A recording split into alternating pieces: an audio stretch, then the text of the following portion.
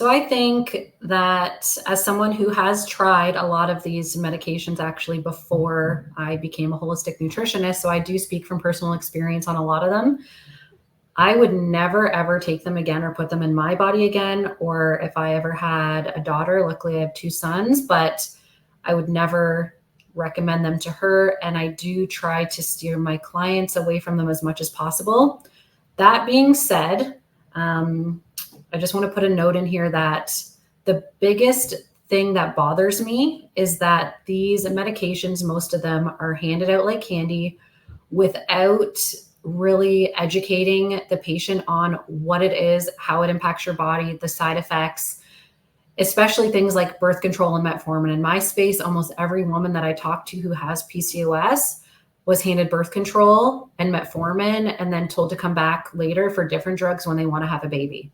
They didn't know that, insulin resistance is one of the main causes of PCOS, and that the birth control pill, in particular, is what this study was done on, can actually make insulin resistance up to 30% worse. So not only are you masking your symptoms, you are opening yourself up to new symptoms like mental health issues, blood clotting issues, making your root cause insulin resistance worse. So there are just so many things out there, and they just blindly accept these medications and think that, this is the answer. My doctor recommended it, and so this is the best option. They don't discuss any other alternative solutions at all. I mean, and I'm not just talking like supplements or essential oils or any of the other things that I recommend to my clients. I just mean the bare basics, like going for a walk after a meal can really help your blood sugar, which is going to help your insulin resistance, which is going to help your testosterone, right? Like they don't even mention any of that,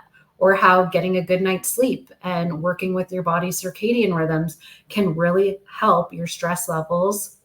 And again, your insulin resistance. Like they just don't even mention any of these things. They just hand out these drugs without educating people. And then drugs like spironolactone, you actually can't even take that if you're trying to get pregnant, because it impacts your testosterone so much that it can be really dangerous for a fetus. So no, I am not a fan of these medications, maybe as an absolute last resort. But if you do make an educated, well-informed decision to take these medications, that's on you, no judgment. But I really hope that if you do choose that you double that up with these holistic solutions as well, so that you can speed up your results and hopefully not have to be on these medications forever. Yeah, I mean, in my experience, what I tend to see with, and I'm talking acne, obviously, but, men, the first thing they normally get suggested is some kind of benzoyl peroxide, maybe a salicylic acid, which completely destroy my skin.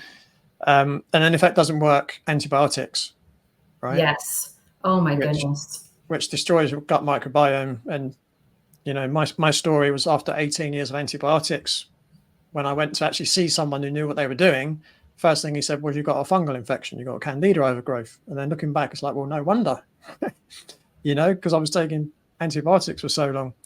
But for females, what I tend to see is almost straight off the bat, oh, you've got acne. Okay, birth control pills. Yep. Ugh.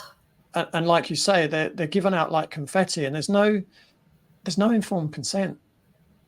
Right? No, and the worst part is like you don't know what you don't know, right? They don't even realize that there's all this information that they're missing. They just take it blindly because this authority figure who, went to medical school however many years ago and literally got zero training on any of this, they wrote it on a piece of paper and signed it. So I should take it.